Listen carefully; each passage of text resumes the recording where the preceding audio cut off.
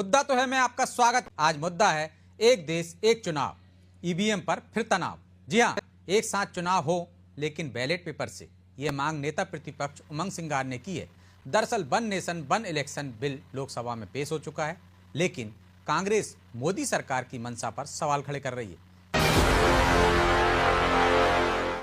तो इस मुद्दे पर चर्चा के लिए हमारे साथ मौजूद हैं कांग्रेस विधायक नितेंद्र ब्रजेंद्र सिंह राठौर और अधिवक्ता तनुज दीक्षित। बहुत बहुत स्वागत है। तौर पर आने तो वाले तनुज जी से समझ लेते हैं। तनुज जी, काफी अच्छा निर्णय एक देश एक चुनाव से फायदा होगा तो 32 साथ हैं विपक्षी दल बीजेपी के और 15 विरोध में हैं। ये विरोध क्यों हो रहा है? सबसे पहले विपक्ष को ये समझना होगा कि 1951 में जब फर्स्ट इलेक्शंस कंडक्ट हुए थे भारत के इतिहास के, उसके बाद में 52 में उसकी बेसिकली वोटिंग हुई थी।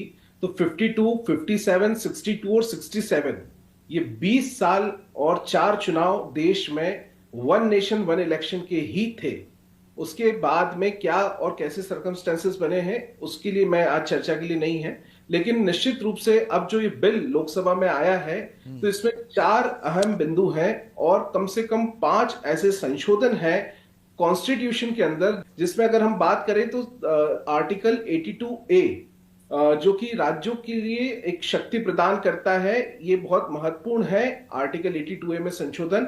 वहीं आर्टिकल 172 जो कि डिसोल्यूशन करता है किसी भी विधानसभा का, ये बहुत महत्वपूर्ण आर्टिकल है, इसमें भी संशोधन की आवश्यकता रहेगी।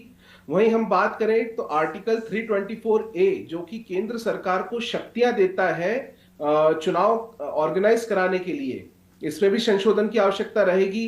वहीं इससे संबंधित आर्टिकल 327 लेकिन तनुज जी, क्या इतना आसान है? आपको लगता है कि बिल पेश हो गया तो ये लागू भी हो जाएगा, कि इसमें कोई कानूनी पेंच भी नजर आता है आपको?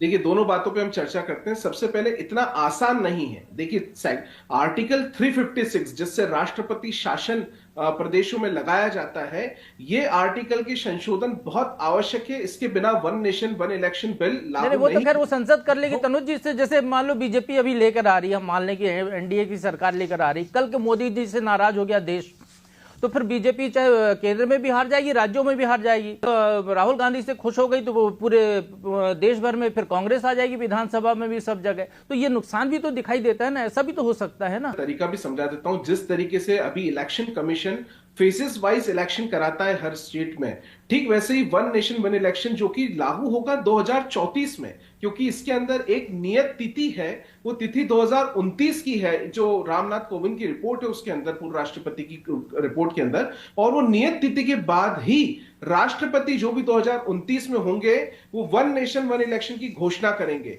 इससे बहुत टेक्निकल चीज पे आ गए हैं आप तनुज जी। हमारा सीधा सा सवाल था, क्या इससे फायदा है या नुकसान है?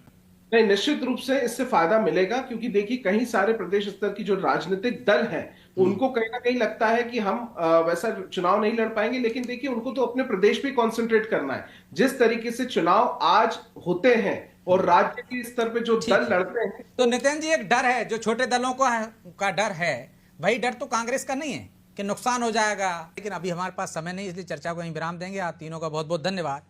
तो फायदे का सौदा हो सकता है, देश हित में हो सकता है, लेकिन सियासत है और सियासतदार हैं, उनको तो हर चीज पर सियासत करनी है। मुद्दा तो है मैं इतना ही। मुझे दीजिए इजाजत और आप देखते रहिए अनादि टीवी। नमस्कार।